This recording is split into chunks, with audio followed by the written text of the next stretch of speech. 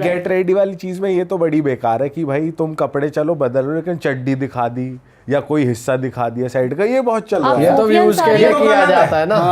ये तो चल व्यूज के लिए तभी तो आप 4 बार देख लेते हो वैसे ही। मैं क्या सभी देख रहे हो तो तुम भी देख रहे हो, तो वो ग्रुप में शेयर हो जाती है। लेकिन बात ये है कि हाँ लौंडे करते हैं, लौंडे भाई मेरे ख्याल से ये जो जो बच्चों के नाम पे ये चीज हो रही है ना, बच्चे क्या देखेंगे, सबसे पहले तो बच्चों के हाथ में फोन नहीं आना चाहिए। हमें कितनी लेट मिले थे भाई फोन, हमें अब ये भी हो गया कि ऑनलाइन एजुकेशन के नाम पे बच्चों को फोन देना पड़ता है कि ऑनलाइन क्लास लग जाती है। भाई फोन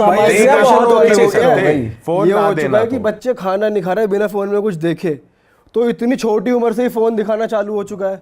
भाई पेरेंट्स भी हेल्पलेस है, बच्चों को चाहिए ही चाहिए, उसके बिना रह ही नहीं सकता बच्चा। और वैसे क्या करें भी ना यार, यूथ ना बहुत इन्फ्लुएंस हो रही है। आई थिंक जो 22-23 साल की लड़कियां हैं ना, अब आप लिव इन का सोचो, लिव इन में रहने में कोई गलती नहीं है मेरे हिसाब से, आप लिव इन में रह सकते हो, बट आप एक इंसान के साथ लिव इन में हो, आप दूसरे इंसान वैसे यहाँ पर देखो ना, आप अगर कल्चरल की आप बात कर रहे हो कि अगर हमारे कल्चर में ऐसा नहीं है वैसा नहीं है, तो ये भी बहुत सब्जेक्टिव है। जैसे आपने पहले बिकनी वाली बात बोली कि लोग बच्चियाँ थोड़ी गलत इन्फ्लुएंस हो रही है बिकनी को लेकर, अब आप सपोर्ट बिकनी नहीं, सिर्फ बहुत सारी शॉर्ट ड्रेस, आप सूफिया अंसारी वाला कंटेंट देखो, उसके मिलियन फॉलोअर्स, उसके पैसे देख के कितनी ऐसी लड़कियां हैं जो ऐसा करने पे उतारू हैं और कर रही हैं। मे बी आप इंस्टाग्राम पे उसको देख के तो कोई इन्फ्लुएंस नहीं हो रहा, ऐसे मैंने तो नहीं देखा उसकी तरह कोई कर रहा है। होते हैं भाई लड़कियां कितनी सारी हैं जो यही कंटेंट बना रही हैं, बहुत सारी ऐसी लड़कियां हैं। वो ये नहीं देखती कि मुझे इस तरह बनना है, वो ये देखती है कि अच्छा इसके इतने फॉलोअर हो गए, पैसे कमा रही है, तो वो पैसा देखती हैं कि पैसे कमाने का ये शॉर्टकट है। भाई वो देख रही है कि यार ये करने से व्यूज आ गए क्या, बस इतना ही करना है, ये दिखाना है, चल ठीक है मैं कर लेती हूँ। हर किसी के पास ना सिंपल एक लाइन रहती है। मैंने आपके पॉडकास्ट पे देखा था, आप 2 लड़कियों से पूछ रहे हो, आपने पूछा तो आप लाइक के लिए नहीं करते ऐसे, तो उसने बोला नहीं मैं इसलिए पहनती हूँ क्योंकि मुझे अच्छा लगता है।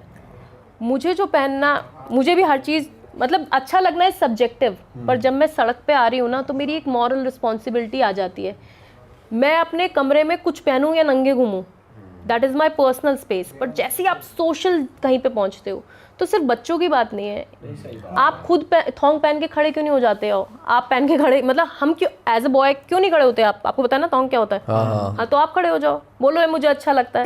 इनअप्रोप्रिएट, तो वो चीज़ आती होगी यार। चलो ठीक है उस पे आ जाते हैं। हाँ सही कह रहे हो आप, सोशली रिस्पॉन्सिबिलिटी तो होनी चाहिए, ठीक बात है। मतलब गलती है थोड़ी पेरेंट्स की भी यार, बच्चों मतलब ना सर्कल बन गया, सर्कल ये ऐसी प्रॉब्लम बन गई कि इसका कोई सोल्यूशन निकालना ज़रूरी है यार। इसका सोल्यूशन ये है कि जहाँ हम इतना ज़्यादा न्यूट्रलाइज कर रहे हैं ना, थोड़ा सा हमको इस चीज़ को रोकना होगा कि it's okay if you are on the beach and if you don't choose to wear a bikini, और या इट्स ओके अगर आप ड्रेस कोई वल्गर, लोगों को ना वल्गर का एक वो बताना होगा। सबकी अलग अलग परिभाषा हो चुकी है वल्गर। मेरे लिए ये वल्गर है, तेरे लिए वो है, इसके लिए वो है। आप एक ऑटो वाले को 2 फोटो दिखाओ, एक कोई भी नॉर्मल बिल्कुल ऑटो वाले भैया, एक जिसने अति अश्लील कपड़ा पहन रखा हो, लड़की की पूरी ब्रेस्ट बट लाइन सब दिख रही हो, और दूसरी फोटो दिखाओ जिसमें एक लड़की ने नॉर्मल सेक्सी ड्रेस पहन रही हो, ऑटो वाला भैया बता देगा कौन सी वाली क्या है। तो सबके पास इतनी सेंस है। जेन ज़ी बहुत हाई लेवल पे गड़बड़ हो चुकी है जनरेशन। अभी जो हम डिवोर्सेस देख रहे हैं ना, अतुल सुभाष का जो आपने केस देखा था वो खत्म हो गए, कोरियन ड्रामे पे ऐसा हो गया, तो जेन ज़ी ना बहुत हाई लेवल पे ब्रेन वॉश हो चुकी है। हाँ ये तो है। आप क्या कह रहे थे उसके बारे में, लिव इन के बारे में? सपोर्ट करते हो लिव इन, आप लिव इन रिलेशनशिप्स? या देखो लिव इन रिलेशनशिप मेरे हिसाब से ठीक है, in case if you want, I am so serious about you and I want to get married to you and I want to live in a house and see कि हम कैसे workout करते हैं। पर आजकल लिव इन जो अब चल रहा है वो पता है क्या चल रहा है? वो तो कॉलेज के बच्चे झूठ बोल, वो लिव इन नहीं है फिर, वो तो मतलब वो तो मौज मस्ती कर रहे हैं, नहीं अलग हो गया, वो तो हुकअप कर रहे हैं या कैजुअल कर रहे हैं। अरे पर अगर जैसे साथ भी रह रहे हैं तो लिव इन ही तो है। एमआईटी के बच्चे फ्लैट ले लेके रह रहे हैं यार साथ में, एमआईटी बस नाम हो रहा है भाई, एमआईटी के ज्यादा कर रहे हैं सही में। और आप लिव इन में रह रहे हो, सोचो आप में से अगर लड़की प्रेग्नेंट हो जाती है, ऐसे भी केसेस अभी न्यूज़ में चल रहे हैं मेजरली, ऐसे भी केसेस हैं जिसमें लड़की प्रेग्नेंट और लड़की कह रही है भाई मैं तो उससे प्रेग्नेंट हो गई हूँ, अब तू मुझे पैसा दे। तो अल्टीमेटली आप वो शादी वाला गोबर कर रहे हो लिव इन में। और बहुत स्ट्रॉन्ग ऐसी लड़कियां हैं जो पढ़ी लिखी हैं, जो इंग्लिश बोलती हैं, जो हाईली सपोर्ट कर रही हैं लिव इन को, और वो कह रही हैं हमें शादी ही नहीं करनी, हम लिव इन में खुश हैं। अच्छा, अब शादी और लिव इन को आप कैसे भी कंपेयर नहीं कर सकते। विदेशों में औरतें ना रो रही हैं जो सिंगल मदर्स हैं, उनका अगर हस्बैंड या बॉयफ्रेंड उनको प्रपोज कर रहा है ना एक पैर पे, तो हम रील्स देखते हैं, oh my God I am so happy, I am so excited, वो कैसे क्रेजी हो जाती है कि भाई मुझे शादी के लिए प्रपोज कर दिया। क्योंकि उनको ये चीज़ पता है कि आदमी क्या होता है, एक आदमी क्या होता है, वो आपका बैकबोन, आपको फाइनेंशियल सपोर्ट, आपके बच्चों का फादर होता है, आपको 50% टेंशन आपकी ख़त्म जहाँ आपके लाइफ में एक आदमी है। तो वो खुश हो जाती हैं कि भाई चलो मेरी लाइफ में एक मेल वो आ गया। यहाँ पे क्या कर रहे हैं, यहाँ पे जानबूझ के माँ बाप पहले सेक्स से पहले, सेक्स छोड़ो, बच्चे से पहले आपकी शादी कराते हैं। क्यों कराते हैं? वहाँ पे लड़कियाँ रो रही हैं, लड़का सेक्स कर रहा है, उसके बाद कह रहा है oh you pregnant, I am sorry but I don't love you but I have another girlfriend, छोड़ के जा रहा है। तुम अकेले पेट फुला रही हो, तुम अकेले बच्चा पाल रही हो, तुम घर भी संभाल रही हो, तुम फाइनेंसिस भी देख रही हो, तुम बच्चा भी पाल रही हो, तुम रो रही हो, तुम दुखी हो। और ये एक्चुअल रियलिटी है। ये तो हो रहा है बाहर, ये तो बहुत ज़्यादा हो रहा है बाहर। और यहाँ पे तुम्हारी कल्चर है, हमारी कल्चर में पहले लड़कियों को शादी कराई जा रही है कि लड़का भग ना जाए कहीं पे। भाई ये तेरी बीवी है, तेरा बच्चा है, और यहाँ पे तुम रेबल कर रही हो उस चीज़ को। शादी is a stupid concept, idiotic है, शादियाँ तो बंद हो जानी चाहिए, शादी तो करनी नहीं है। तो दिस इज़, आप समझ ही नहीं रहे हो ना कि अगर आपकी कल्चर में कोई चीज़ डाली गई है तो सोच के डाली गई ये है। कौन कह रही है? अरे बहुत यार ये तो गलत चीज़ है। बहुत, अरे बहुत मेजर लेवल पे इंस्टाग्राम पे बहुत भयंकर। लड़कियां कह रही हैं कि शादी नहीं करनी, बट लेवल में आपने देखो रहना। मिसेस मूवी आई है ना, मिसेस मूवी के बाद आपने रिव्यूज नहीं देखे मिसेस मूवी के? हमने मूवी नहीं देखी है। मिसेस मूवी तो देखिए ना। किसकी है, कौन है उसमें? उसमें वो है सान्या मल्होत्रा है ना। हाँ, सान्या मल्होत्रा की मूवी है जिसमें अच्छा, उन्होंने जिसमें वो टॉक्सिक खाना मैरिज, बनवाते रहते हैं उससे। हाँ टॉक्सिक मैरिज, ठीक है वो टॉक्सिक मैरिज थी भी, दिखाई है। बट उसके बाद जो यंगर जनरेशन है, जो लड़कियां जिनकी शादी नहीं हुई है, ऐसे ऐसे कमेंट्स, ऐसी ऐसी आग उन्होंने फेंकी। क्या क्या रिव्यूज है यंगस्टर्स के? लड़कियों के स्पेसिफिकली हैं, लड़कों के क्या तो कह रहे हैं? गालियाँ दे रही हैं, शादी कौन कर रहा है, क्या ज़रूरत है शादी करने की, शादी तो बेकार चीज़ है, करनी ही नहीं चाहिए शादी, I will never get married in my life, I question I should. और ये देखो, जब मैं 25 साल की उम्र में थी, मेरे को दिमाग नहीं था इन सब चीज़ों का, सोच नहीं थी। मैं सोचती थी मैं शादी करके किसी के घर जाऊँगी तो I will start with fresh. जब मैं बैकअप में इतना सारा डेटा लेके जा रही हूँ शादी से पहले, जो आजकल सोशल मीडिया पे इतनी धड़ल्ले से चल रही हैं, बहुत सारी नेगेटिव चीज़ें चल रही हैं।